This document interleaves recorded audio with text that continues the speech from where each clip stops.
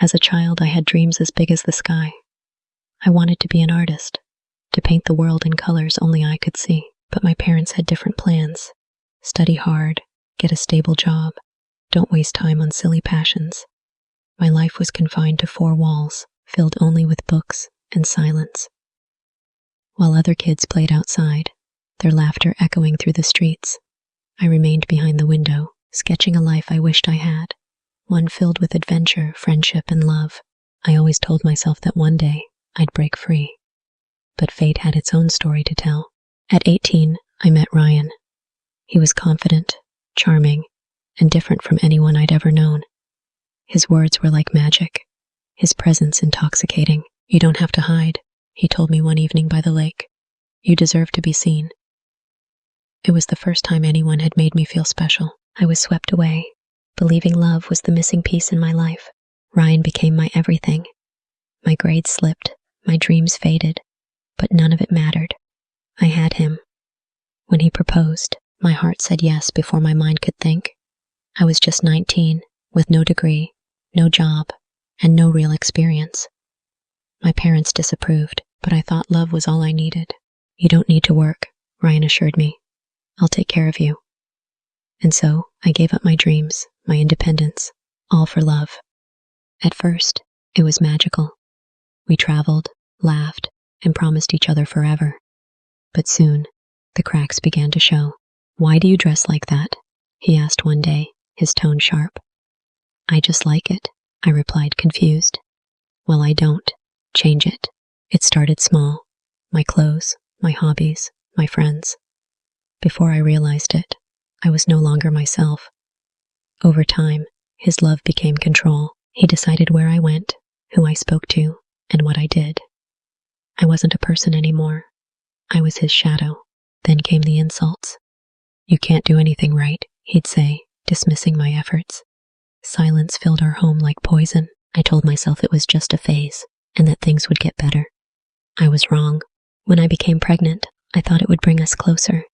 Instead, it drove us further apart. "I didn't sign up for this," he muttered one night, glaring at my growing belly. When our daughter, Emma, was born, I went through it alone. Ryan wasn't there. Raising Emma became my purpose, my only source of joy. But deep down, I knew I was trapped. The first time he hit me, I couldn't believe it. "I'm sorry," he said later, voice dripping with regret. "I just lost control. It won't happen again." But it did, over and over. I wanted to leave, but I had nowhere to go. My parents refused to take me back. "Marriage is about sacrifice," they said. "Try harder." So I stayed. Years passed. I learned to hide my bruises, both the ones on my skin and the ones on my soul. Ryan had affairs, came home drunk, and made it clear I was just a burden. When I became pregnant with our second child, Noah, I hoped another baby would change things. It didn't. One night, Ryan came home reeking of perfume and alcohol. "I found someone better," he said coldly. "She makes me happy." I felt my world shatter. But at that moment, something inside me woke up. Then I met Sarah, my neighbor. She saw the sadness in my eyes, the fear in my posture. "You don't have to live like this," she told me one day. "You deserve better." Her words planted a seed of hope in me. For the first time in years, I considered escape. Sarah helped me start a small home bakery. It gave me confidence, purpose. When Ryan found out, he was furious. "You don't need to work," he yelled. But this time, I didn't back down. "I need to do this, for me and my kids." For the first time, he saw a version of me he'd never seen before, a woman who was no longer afraid. I set boundaries. I told him that if he ever laid a hand on me again, I would leave. I cut my hair short. I wore the clothes I liked. I made friends. And finally, when I looked in the mirror, I recognized myself again. Today, I'm still on my journey. I don't know if Ryan will ever change, but I know that I have. I am no longer the girl who gave up everything for love. I am a woman rebuilding her life, piece by piece. To anyone reading this, if you feel trapped, know that you are not alone.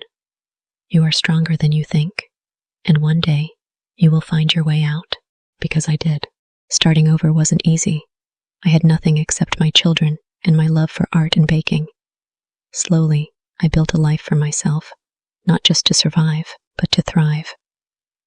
I enrolled in night school, found a job, saved money, and reconnected with the people Ryan had pushed away. Each step I took brought me closer to the life I once dreamed of. One day, I looked around and realized I was free.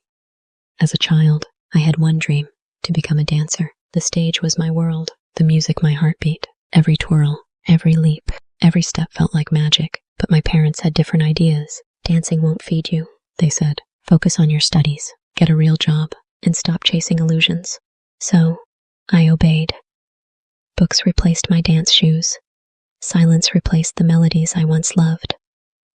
I watched from my bedroom window as other kids played freely, their laughter like music I was no longer allowed to hear. Then, at 19, I met Ryan. He was everything I wasn't. Bold, carefree, and full of life. You should dance again, he said one evening, watching me sway absent-mindedly to a song playing in a cafe. The world deserves to see you shine. His words ignited something in me. Love felt like the missing piece to my puzzle, the thing that would finally make me whole.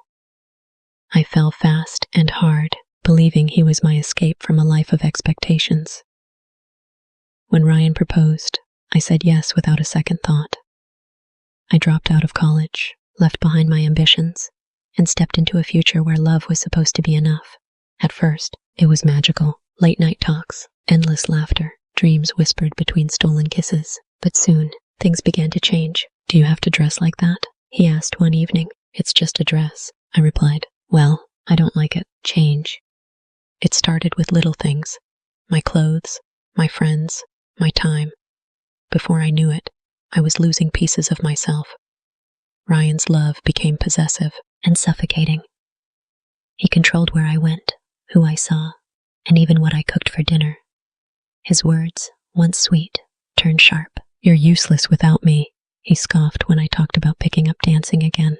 Then came the nights of silence, the cold stares, the weight of his anger pressing down on me. I told myself it was normal, that love requires patience and sacrifice, but I was wrong. The first time he raised his hand at me, I stood frozen, disbelief numbing the sting on my cheek. I'm sorry, he whispered later, kissing my bruised skin. It won't happen again. But it did, again and again. And still, I stayed, because where would I go? Who would take me back? My parents had already warned me. Marriage isn't a fairy tale. Work harder. Love means compromise. Then, I got pregnant. I thought a baby would bring us closer, that it would fix what was broken. But Ryan only became more distant. I didn't sign up for this, he muttered one night, eyeing my growing belly with resentment. And when our son Noah was born, I faced the hardest truth. I was raising him alone, even with Ryan still in the house. The turning point came on a stormy night. Ryan came home late, reeking of alcohol and another woman's perfume. I found someone better, he said, his voice void of emotion. She makes me happy. Something inside me shattered, but instead of drowning in heartbreak, I felt something else, clarity. It was never love that held me here, only fear, and I was done being afraid. With the little money I had saved, I started teaching dance classes in my garage. It was small, but it was mine. It gave me strength and purpose. When Ryan found out, he was furious. You don't need to work, he shouted. But this time, I stood my ground. I need this, for me and for Noah. And for the first time, he saw something in me that had long been buried. A woman who refused to break. I cut my hair short. I wore what I wanted. I made friends. I started smiling again. And slowly, I began to recognize the girl I had lost all those years ago. Today, I am still on my journey.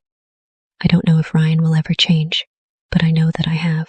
I am no longer the girl who gave up everything for love. I am a woman reclaiming her dreams piece by piece.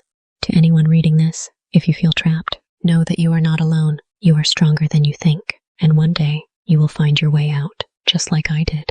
Starting over was hard. I had nothing but my son and my passion for dance. But step by step, I built a life worth living.